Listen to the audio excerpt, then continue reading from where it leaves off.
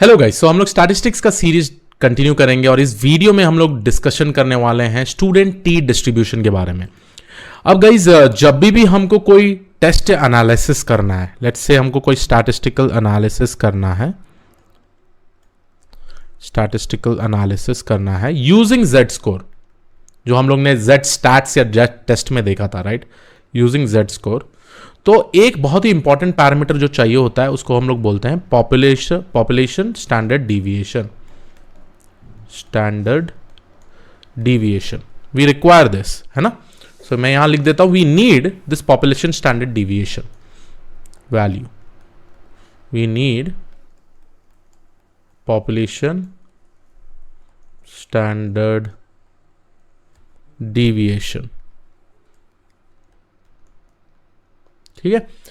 अब यूजुअली कोई भी प्रॉब्लम स्टेटमेंट में ना गाइस, पॉपुलेशन स्टैंडर्ड डिविएशन मिलना बहुत ही डिफिकल्ट होता है कोई भी पॉपुलेशन डेटा के बारे में। अगर ये हमको पहले से पता है तो डेफिनेटली हम लोग स्टैटिस्टिकल एनालिसिस कर सकते हैं यूजिंग जेड स्क्वायर। अब मेरा ये क्वेश्चन है, जब हमारे पास पॉपुलेशन स्टैंडर्ड डिविएशन नहीं होता है, then how can we perform any analysis? So my question is, how do we perform an analysis using or when we don't know the population standard deviation, don't know the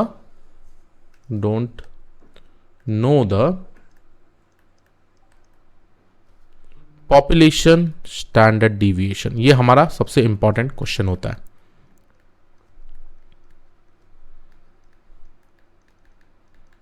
ठीक है।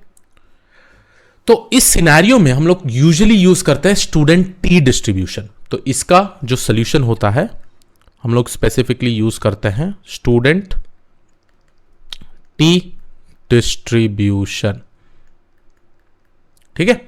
अब ये student T distribution में specifically कैसे type का formulas होते हैं, देखिए।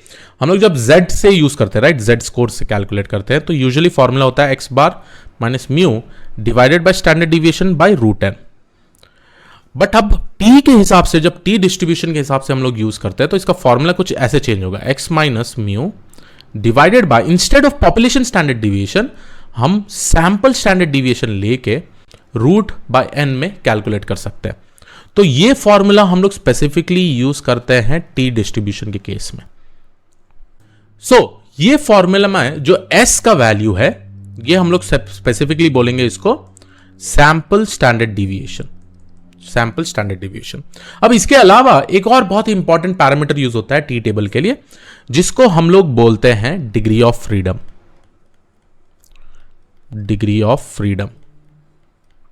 और टी स्टैटिस्टिक्स सेट या टी डिस्ट्रीब्यूशन के केस में जब ये हम एनालिसिस कर रहे हैं, तो डिग्री ऑफ फ्रीडम को हम लोग कैलकुलेट करते हैं by using n-1। n is nothing but it is just a sample size, ठीक है। अब ये डेरिवेशन कैसा है, ये n-1 कैसे आ रहा है, उसमें हम लोग उतना फोकस नहीं करेंगे, बिकॉज डेटा साइंस के लिए वो जरूरत नहीं पड़ेगा। With the help of this you can definitely do analysis. But मैं डिग्री ऑफ फ्रीडम का एक एग्जाम्पल दूं। लेट्स से हमारे पास let's say they are 3 people, ठीक है, और एक रूम में 3 चेयर्स है, ठीक है, 3 चेयर्स है। अब जब फर्स्ट पर्सन आता है चेयर सेलेक्ट करने को, तो उसके पास 3 ऑप्शंस है definitely. So let's say that first वाला चेयर उसने सेलेक्ट कर लिया। अब जब सेकंड पर्सन आता है, उसके पास 2 ऑप्शन है, तो उसने सेकंड वाला ऑप्शन सेलेक्ट कर लिया। लेट्स से थर्ड वाला ऑप्शन सेलेक्ट कर लिया। अब जो तीसरा वाला आ रहा है, उसके पास कोई ऑप्शन ही नहीं है ना सेलेक्ट करने के लिए, कोई चेयर ऑप्शन ही नहीं है सेलेक्ट करने के, उसको जो चेयर मिल रहा है उसमें ही बैठना पड़ेगा।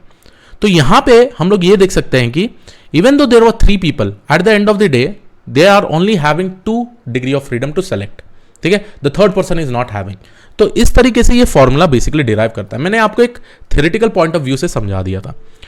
अब ये 2 चीज, ये टी वैल्यू और डिग्री ऑफ फ्रीडम से हम लोग बेसिकली कोई भी area under the curve calculate कर सकते हैं for T distribution, student T distribution. और ये स्टूडेंट टी डिस्ट्रीब्यूशन में पॉपुलेशन स्टैंडर्ड डिविएशन नहीं दिया रहता है, ओनली सैंपल स्टैंडर्ड डिविएशन दिया रहता है।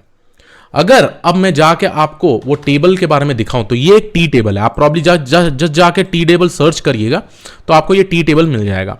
और इस टी टेबल में आपको देखिए ऑन द ये वाले एक्सिस में 1 टेल में 2 टेल में आपको टी का वैल्यू डिफरेंट मिलेगा, लाइक 0.40, 0.30, 0.10, ये based on the confidence interval value होता है, ठीक है।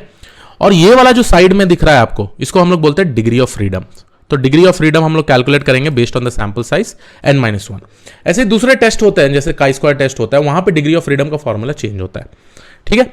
तो आई होप आप लोगों को ये समझ में आ गया हो। हम लोग प्रॉब्लम सॉल्व करेंगे डेफिनेटली नेक्स्ट वाले वीडियो में। एक टी स्टैट्स का प्रॉब्लम सॉल्व करेंगे, एक प्रॉब्लम स्टेटमेंट देखेंगे और कैसे हम लोग ये टेबल यूज करते हैं फाइंड आउट करने के लिए, और पी वैल्यू कैसे कैलकुलेट करते हैं, वो सारा चीज हम लोग देखने वाले हैं आने वाले वीडियो में, राइट।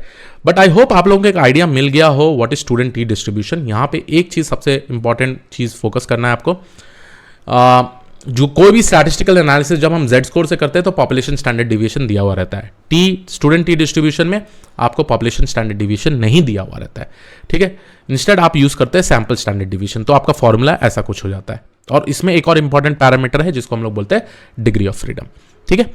तो आई होप आप लोगों को ये वीडियो पसंद आया हो। मैं क्या भी कर देता हूँ, मैं एक और चीज़ ये कर देता हूँ, यहाँ पे ना मैं ये लिंक भी डाल देता हूँ सो दैट आप रेफर कर पाइएगा कभी भी, ठीक है, जो टी टेबल का लिंक है, ठीक है। तो yes, this was it. I will see you all in the next video.